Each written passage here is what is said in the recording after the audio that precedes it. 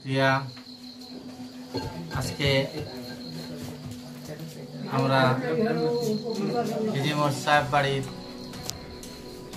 এটা আমারটা কিনায় আমার শ্রদ্ধেয় পিতা ওয়ালিদে মাহতারম মুর্শিদে বরহ হযরত শাহ সুফি মাওলানা সৈয়দ আব্দুর রহমান সাহেব রহমতুল্লাহ আলাইহি আমার জন্মের পর থেকে আমি দেখি আইছি প্রতি রোজা মাস তাই বড় করে ইফতার মাহফিল করাইতা, মানুষের ইফতার করাইতা, মানুষের সাহায্য সহযোগিতা করতা। সেই সূত্র ধরিয়া এখনো পর্যন্ত আল্লাহ পাকে এই খিদমতে আমরা কবুল করছেন মনে করি।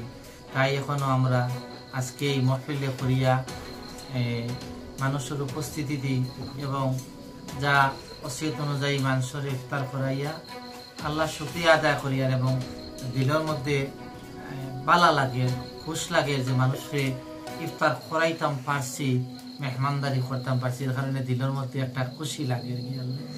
আল্লাহ প্রত্যেকে বালা কাম করার আমরা তৌফিক নাই। আমিন। আল্লাহ কুরআনে পাকের কথা বলিও ইয়া আল্লাহ, ইফতার মাহফিল আয়োজন করিয়া ইফতারের সামনে রাখিয়া ইয়া আল্লাহ, ইফতারের সময় আল্লাহ তোমার হাবিবে ফরমাইশ আল্লাহ আমরা এই জামাত